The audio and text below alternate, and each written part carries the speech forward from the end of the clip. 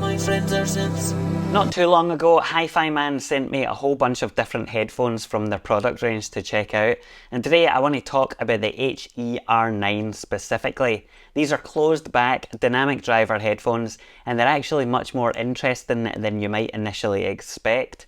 I'm not going to give some long-winded introduction, I'm just going to dive right into it. So let's have a look at the design, the build quality and how they feel. When you first look at these headphones, they obviously have quite a striking design. That's because they have these rather large and unusually shaped glossy red crimson plastic ear caps. Now this won't be for everybody, however I love the design because I think the world of headphones have become quite, they all kind of look the same. It's fairly boring and conservative, and these manage to look both distinct but also do that without, becoming too gaudy or over the top. So it's right up my street. Now in terms of how they actually feel, they are quite chunky headphones, but they're also deceivingly light.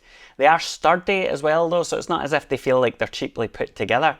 Now a lot of that comes down to the fact that those plastic ear caps are very light indeed. And if you look online, some people seem to be equating that with a lack of quality or saying, oh, the plastic feels a bit brittle. Now I can tell you that I have dropped these headphones onto the floor off of my studio desk a couple of times, and despite the fact that it's, a hardwood floor, they didn't actually get a scratch on them, never mind any splits or anything. So I wouldn't be too concerned about how thick the material is there. I think there's just this kind of perception of glossy plastic as being cheap, and it doesn't seem to be the case in reality, at least from my experience. Now, one of the great benefits of these plastic ear cups is the fact that because the headphone is so light as a result, they are incredibly comfortable for extended listening periods. Now, this is also compounded, or it kind of comes together with the fact that the ear caps themselves fit completely around my ears. They don't rub in any way, which is especially good since I have got different piercings. And the ear pads are a kind of pea leather thing, very soft, overall very comfortable. Now the additional feature or the additional thing that you should note here with these headphones that also makes them extra comfortable is the fact that their clamping force is very light. Now that means that they don't pressure the side of your head too much. Whether or not you like this will depend entirely on your own preference. I know there are people out there that have a penchant for a tighter clamping force, but for me, particularly with the style of headphones these are, which really is about casual listening and enjoying to music as opposed to a more detailed or kind of reference style headphone, I think the looser clamping force is completely fine. There could have been slightly more pressure in there to help enhance the bass, but ultimately I don't think it matters that much. When it comes to the headband, it is a steel headband or some kind of metal anyway, and it is covered with a memory foam, which means that even though it's resting on top of your head, it is very comfortable. Overall, I have to say that despite the fact these are fairly bulky or they're quite large headphones, they definitely don't feel like that, and they're some of the most comfortable headphones that I've ever tried. In the box you get a double 3.5mm cable. Now by double what I mean is it splits so that one section goes into each individual ear cup, and of course the other side connects up to your computer or your phone or whatever. Now it does support the use of single-sided balanced cables, however the double-sided one is the only one that you get in the box. Also in there you find a 3.5mm to 1/4" jack adapter, and yes, I know I'm mixing my imperial and my metric there, but it's just easier that way. I like that they include this. I'm glad they do, because these are the things that you let people borrow and then they get lost all the time, so you can never have too many of them. If you're the kind of person that likes hard cases for your headphones, then there isn't one included in the box with these. To be honest, I don't think that really matters because these are quite chunky headphones anyway, and I don't see you taking them out on the bus or anything like that, but your own mileage may vary. Included in the box though is this kind of semi-hard foam thing that doubles up as protection for the packaging, when it's in transit, but when you take it out it's actually also a convenient headphone stand. It's got a bit of acrylic in the bottom, and that's a nice touch. Coming on to talk about the specifications of these, I've already told you that they're closed back and they're dynamic headphones. The frequency response is 15 Hz up to 35 kHz. The impedance is 32 ohms and the sensitivity is 100 decibels. This means that they can be easily driven by your phone or your laptop or something like that.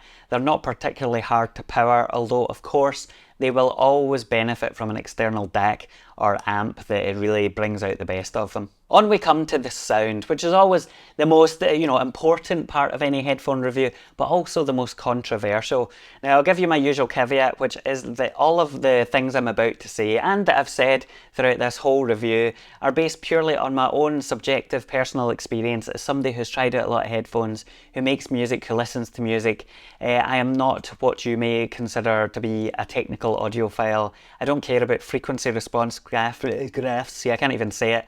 I'm not going to show you charts or anything like that. I'm going to give you my honest opinion about these from somebody who likes music. So if that's not up your street, now is the time to fuck off. The first thing to say is that, as I mentioned already, these are not going to be reference style headphones. They do have a particular character to them. So if you're looking for headphones to mix your music on and get a perfectly flat response, then this is not the set for you. Interestingly enough, the large ear cups are designed so that they've got air inside them, which allows the drivers to breathe and is meant to, increase the responsiveness or the sound or something like that. And when I first heard that, I was a wee bit dubious about whether or not it would make any difference. However, when I first put them on, you get this kind of, it accentuates some of the frequencies around you in the natural environment. So for example, it's kind of like if you put a shell up to your ear and you can hear the sea. And that might sound a wee bit strange.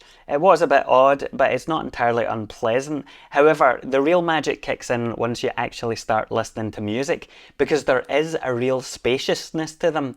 I've never heard dynamic driver closed back headphones that sound like this.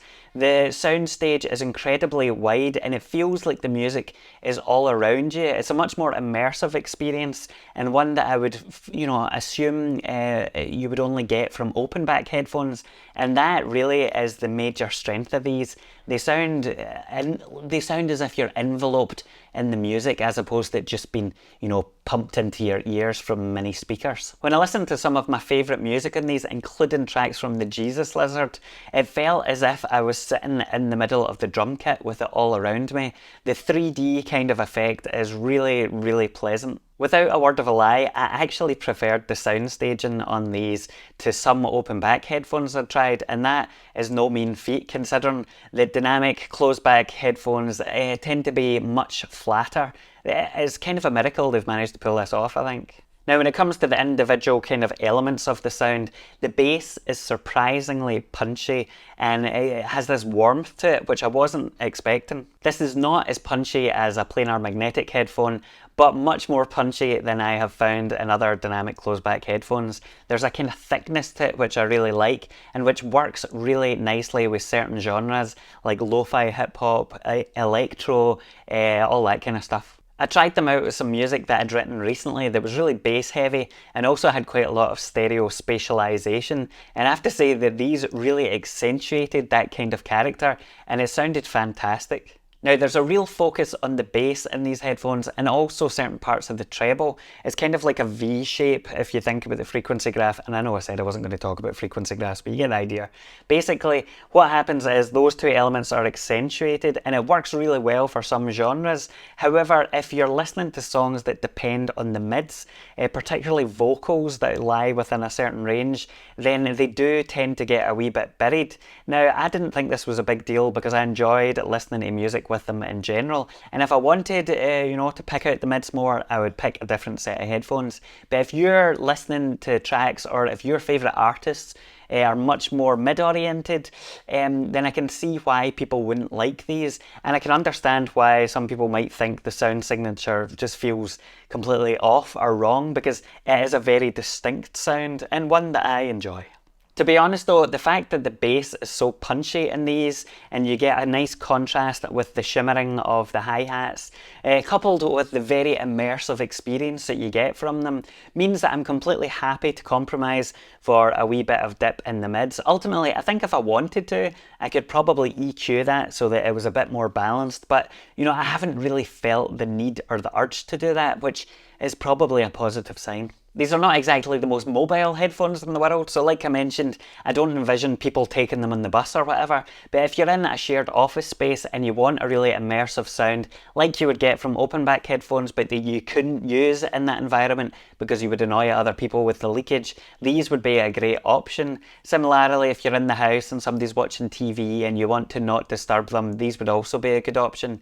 Now, one thing you note is that the passive isolation in terms of how much of the outside world is blocked by the headphones is basically non-existent. So with these on, I could hear everything around about me, but once the music starts playing, that's not a big deal. At the time of recording, these headphones cost about 200 Great British pounds or the same in US dollars, and I have to say that's actually a really good price for what you're getting. I really can't think of any other headphones that provide that level of immersion and kind of envelop you in the sound in that manner for that cost, and it's even more mind-blowing that these are closed back. That just doesn't happen. My final kind of summary or thought about these is that they're really interesting, unique headphones for a reasonable price, and if you're interested in exploring different ways of hearing music, particularly if you're looking for a closed back headphone which also gives you a bit of immersion in sound staging, these are definitely worth a look. I have to say that honestly I enjoyed these way more than I thought I would, particularly when I took them out the box. I thought, oh, dynamic driver headphones, okay, let's see what they're like, and I was blown away with how good they sounded compared to my initial expectations, so take that as you will. Given the fact that these have got that scoop in the mids and they've got a very particular sound signature, then I don't see them becoming anybody's endgame set by any means. However, they are an excellent way to listen to music with a refreshed and different perspective, and I've really enjoyed them so far. Am I telling you to rush out and buy these? No. Just like I don't tell you rush out and buy anything really, but if you're looking at these and you're interested in how they sound and feel and all that from my perspective, well, there you go. For now, thank you for watching and goodbye.